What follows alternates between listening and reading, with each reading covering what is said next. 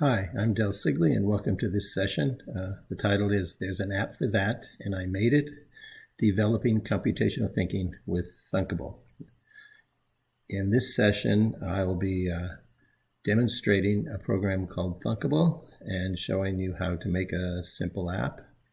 I'll also be talking about why computational thinking is important and why it might be attractive to gifted and talented students.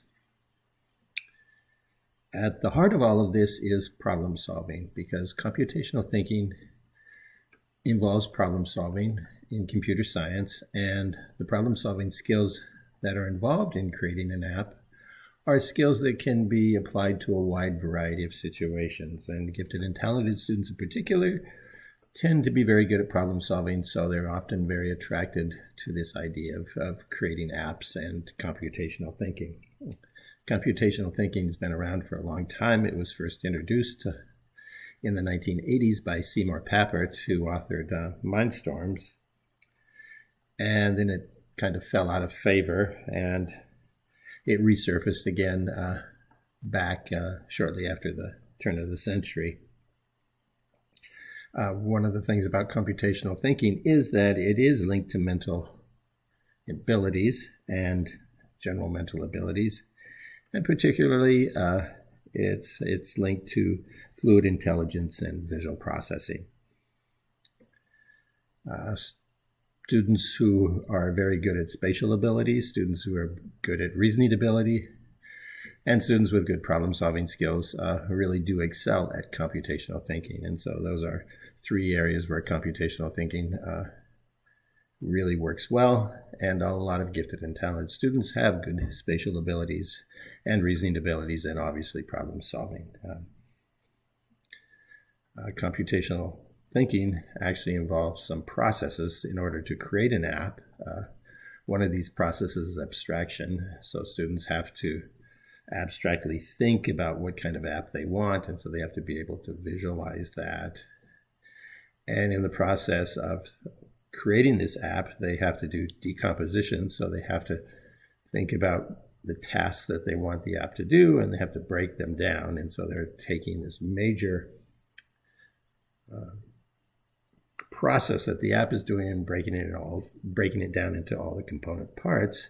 And they do algorithmic thinking as well, because then they have to put these parts together in some sort of algorithmic way to make the app work. So it involves decomposing and then recomposing in a sense.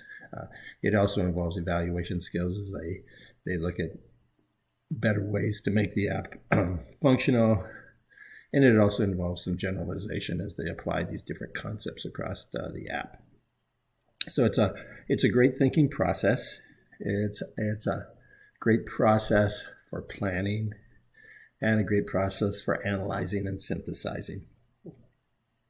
The process we're going to be using today with Thunkable uses blocks, and blocks has become quite popular for early childhood programming, and it's even been used successfully in college programming classes as well. The idea behind blocks is that you have these different commands, and you drag the commands and put them together. And if two commands won't work together, then they don't fit, because it's like a puzzle. So with blocks, you have minimal typing, and with minimal typing, that means fewer mistakes typing, because in general computer programming, if you make one little typo, the commands won't run. By having these blocks, you don't have to type, you just drag them and put them in place. So the minimal typing is also good for very young students. And as I already stated, the second real advantage of blocks is that we're connecting these coding commands together in a sequence, and they're somewhat guaranteed to execute because they won't fit together unless they will execute. The Thunkable program that I'm going to show you, there are some advantages to using it as well. One of those advantages is that it's free. A disadvantage of the free version is that the programs that your kids make are available to the public. You would have to have a paid subscription if you want them to be private. However, an advantage of having them public is that other kids' programs are public, and so kids can study programs and learn little coding tricks that they might not have thought of on their own. Your district may have sufficient funds to be able buy the private subscription, but the public subscription works pretty well. Another advantage of Thunkable is it uses blocks, as I've already talked about. A third advantage is that as we create the program, and you'll see this as we make this little program, you can immediately execute it to see how well it works. So you have this immediate feedback, which increases the learning curve and just makes it a much more enjoyable process. And finally, once the app is completed, it will work on multiple platforms. So it can work on Androids, it can work on iPhones, it can work on iPads. So to start with, we will need to go to the Thunkable site, and it's an easy address, thunkable.com, thunkable.com. And at that site, we'll need to sign up for an account. I already have an account, so I'm going to skip that process with you, but I will show you how to log in, and we will make a simple little app. The purpose of this session isn't necessarily to turn you into a computer programmer. My goal is to show you how easy it is to create an app, a simple app, and hopefully you'll encourage your students to do this also. There are a lot of great tutorials on the Thunkable site that will help you learn different techniques within Thunkable. And the app we're going to make is just a very simple one, but it kind of demonstrates the process. So with that, let's start. We're on the Thunkable site. If you've never used Thunkable before, you would need to sign up, and the link is on the upper right hand here. Once you've signed up, you would need to log in. And when you log in, it has a really neat system. You don't use passwords, so you don't have to worry about forgetting your password. What will happen when you log in is that you click on login, and it will ask you for your email, and you will give your email, and then it will send you an email, and you go to that email and click on it, and that launches you into the program. And so each time you log in fresh, you just simply provide your email, and it sends you an email, and then that's a link to get you into the program. Because I've been using the program, we have some memory, so when I click login, rather than sending me the email, it actually opens up my Thunkable account and has the programs that I've worked on, and has the option for me to start a new program. And so we're going to be starting a new program, and so there's this create a new app. First-time users will have something slightly different.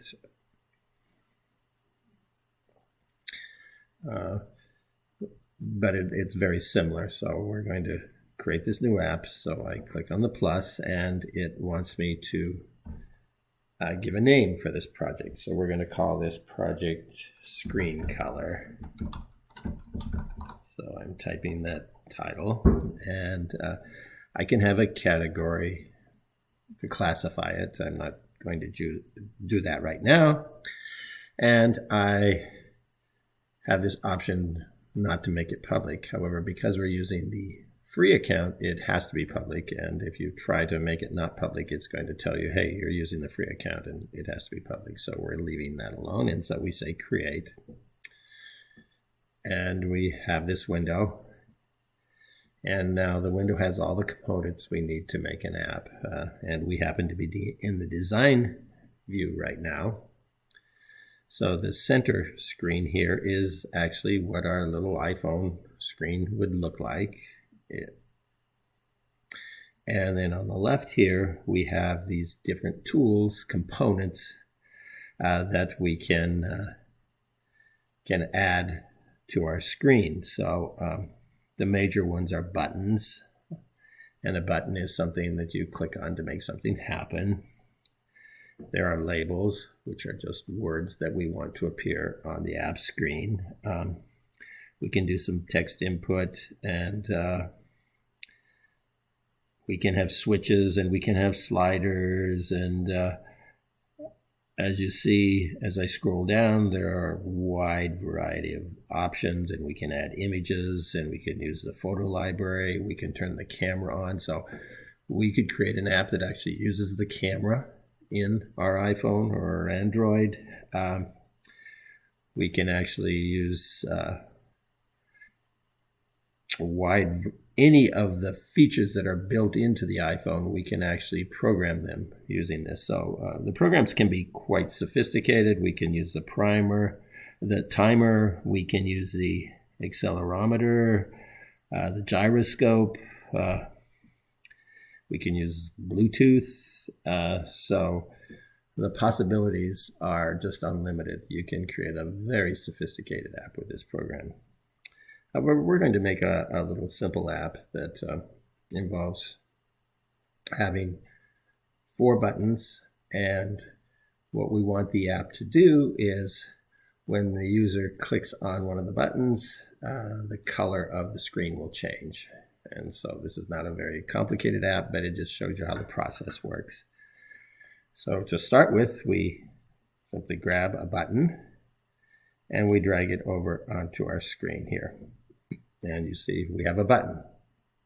Now this button has characteristics. And those characteristics of the button are on the far right. So this button's name happens to be button 1. And the text that's showing on the button, as you can see on the right here, says button. And it actually has a color. There is a color to this button. And the letters button that spell button are in 18 point. And there's a background, a blue background on that button. And there are sizes to the button. We can decide whether it's visible or invisible. So you might say, well, that's silly. Why would you want an invisible button? But sometimes after people click on a button, you don't want the button to appear anymore. So you can build commands to change the characteristic of that button to make it invisible or not visible anymore. We can also put padding around the button. We can make the button bold, italic. So this first button is, we're going to put some text on there. And so we just go over here to the text and we highlight that. And we're going to say, press to make the screen blue. And we like that. And just for simplicity, I'm going to change this button name because I need to know when I'm doing my programming which button. And so button 1, button 2, this is going to be the blue button. I want to change the name of the button because as I'm working, I'll have 4 buttons and I need to remember which button is which. And so by just having them called button 1, button 2, button 3, button 4, it becomes a little confusing. So I go up to this name here and I have this little pencil and it's rename, and I click on that and I highlight that and I say blue button. And now I know that's going to be the blue button. The button name is different than the text, as you can see. So the name of this button is blue button. And whenever I want to have this button do anything, I have to refer to it as the blue button. The text is what is displayed on the button. And so in this case, the text says press to make the screen blue. If I were to click off the button onto the background of the screen, you'll see that over on the right, the properties now are for screen 1. If I click on the button, it shows the properties for blue button. So every item in an app has properties, and we change those properties over here on the right. So we need another button. So we're going to add another button, and we drag it over. And this is going to be the red button. And so let's just go ahead and change its name right now and call it red button. And the text for this button, I go into the text box and I'm going to say press to make the screen red. Press to make the screen red. Now, I think the background of that button should maybe be red instead of blue. Another option we could have was we could make all the buttons white and then change the color of the text. So we have lots of options here. So why don't we go ahead and do that instead? So while we're on the red button, let's look at our text color and say we have a lot of colors, and this is going to be a red button, so I'm going to select red, and that's good. And then I'm going to look at the background, and I'm going to make the background of this button white, which is great. Now I click off there, and I'm going to click on my blue button, and I'm going to make the text of that button blue. And as you can see, it's pretty hard to see. And then I'm going to make the background of that button, and I click on background, and I'm going to make the background of that button white. Now we could actually duplicate these buttons by clicking on them. We could duplicate them, but just for simplicity, I'm going to just drag them over here from my components menu. So I'm going to bring over another button. And here's our new button. And we'll make this a green button. So let's change its name to green button. Oops, I spelled that wrong. We'll put it there. And we need to change the text here. So we're going to say press to make the screen green. Press to make the screen green. Extra E there in green. I think I have it now. And I want the text color for this button to be green. So I'll go ahead and pick this nice dark green. And I'll click outside that. And the background color, I'd like it to be white. So I have it white. So I have the 3 buttons now, and I want a 4th button. We have green and red and blue. So maybe we should go with orange. Why don't we go to orange? So I'm going to go over here and drag another button over. And there's our button. We're going to change the name again to call it the orange button. I spelled orange wrong. I joke that I made it all the way up to 24 words per minute when I was in high school typing. And yeah, I'm demonstrating that skill very well today. So that's going to be called the orange button. And then we need to change the text on that button to have it say press to make the screen orange.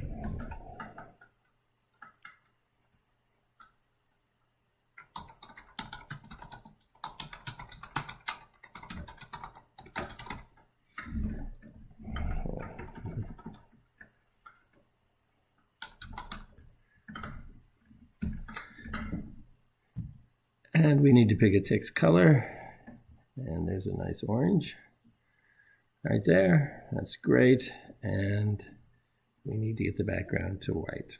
Okay, so we have our 4 buttons now. So now it's time to program the buttons. And we do that with blocks. So over here on the left, we're in the design mode, and the design mode is where we bring these different items over to use. And as I said, there are a lot of items we could use. There are timers, there are commands to access the camera, the gyroscope, whatever. But what we need to do now is program these buttons, and so that's done with blocks. We're ready to start programming our buttons. So we need to move out of the design mode and into the blocks mode. As I said, we do our programming using blocks. So on the far left here, we click on blocks, and you can see all these different commands that are possible, but it's also listing all the components of our program. So we've got our orange button, our green button, our red button, our blue button, and we have screen 1. Now, if we had to change those button names, it would say button 1, button 2, button 3, button 4. And so that's why we've named them now, so we know what we're programming. So we're going to program the orange button first. So we click on orange button. And it lists all of the different commands that we can use with this orange button. I'm scrolling through them. And the different colors indicate different ways of things. So some are controls, some are logic, some are math functions, some are colors. And all of these are possible options to use with an orange button. And so what we want is when the orange button is clicked, we want to change the background to orange. So this is one of the blocks we want to use. So we select it here. Now we're going to go back to the orange button again. And you'll notice that this little empty space here, and it has a dip there. And so we need a component that will go in that dip. And so what do we want to do when the orange button is clicked? Well, what we want to do is that we want to change the background color. So right here is a great thing, orange button set background color. So we take this and it fits nicely in there. So what this says right now is when the orange button is clicked, do from orange button, which means do this to the orange button, set the background color to blue. So what this really does is when we click the orange button, it's going to change the orange button's background to blue. And that's not what we want. We want to change the screen color. And so this little down arrow here gives us some other options. In fact, it's listing all of the different components we have in our program right now. So for example, we could click the orange button and turn the red button to a different color, but we want to change the screen. And so we're going to change that to screen. So when the orange button is clicked, do from the screen set the background color to, and we don't want that color. We'd like a different color. So we could do that a couple ways. We can go over here and select a color on the far left, or the easiest way is just to click on it and say, oh, okay, I would like the background color to be that color right there. Okay, so now we have programmed the orange button. So when we click on the orange button, what it will do is from the screen, it's going to set the background color to orange. Okay, so we can do a live test if we wanted this. So we go to live tests, and here's our little app. And I click on that, and the background color is now orange. So that's pretty cool. Now we're finishing our little test, and we need to program all the other buttons. Now we could go ahead and say green button, and when green button is clicked, and drag this over, and then go with green button again and select when green button set background color, and we drag this over and place it in here. And then we know that we have to change this to, we want to change the screen color, and what's the background color, and we want it to be green. So we pick our nice dark green.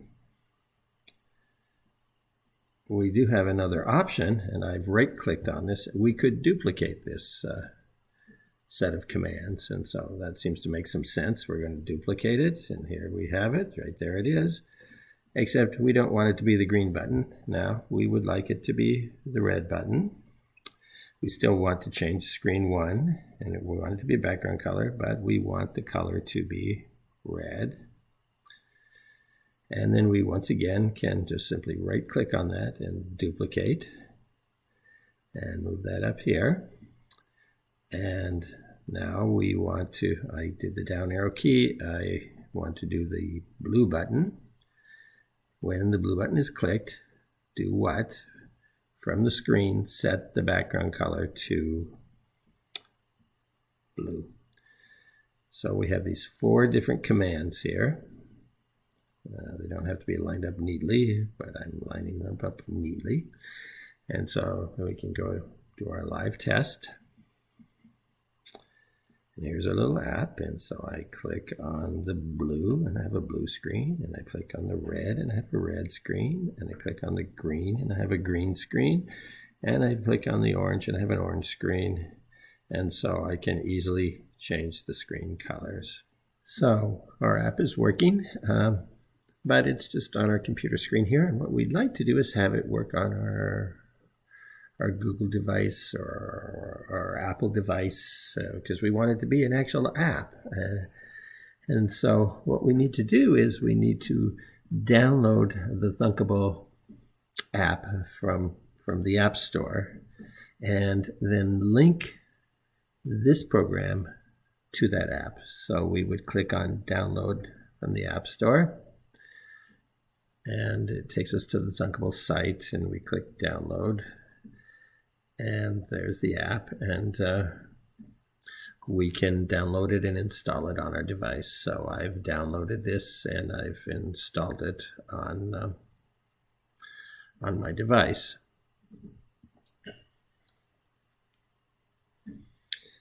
After it's installed on the device, then we're going to go back to Thunkable, and on our device, once it's installed, we can click that we want to link the app to the program we've created here on the site.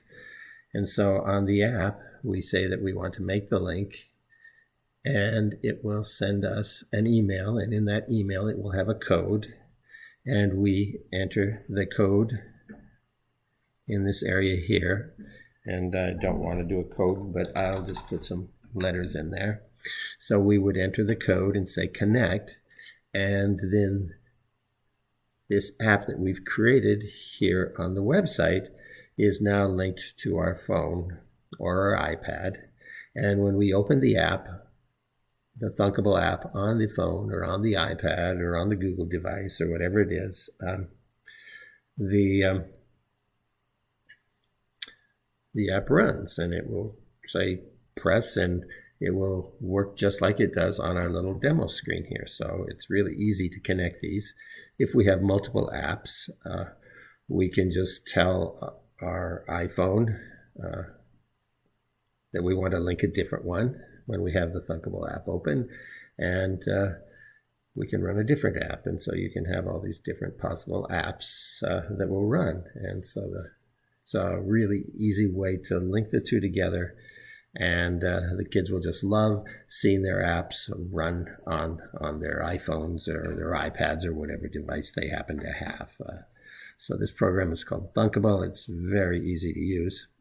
Something I haven't shown you is that over on the left here, we've not opened another window here.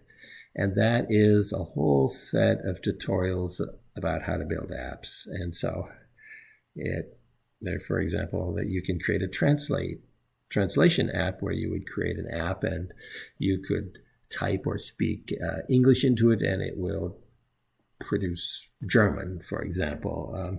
You can make image. They have the coding process for making image recognition apps that would use the camera.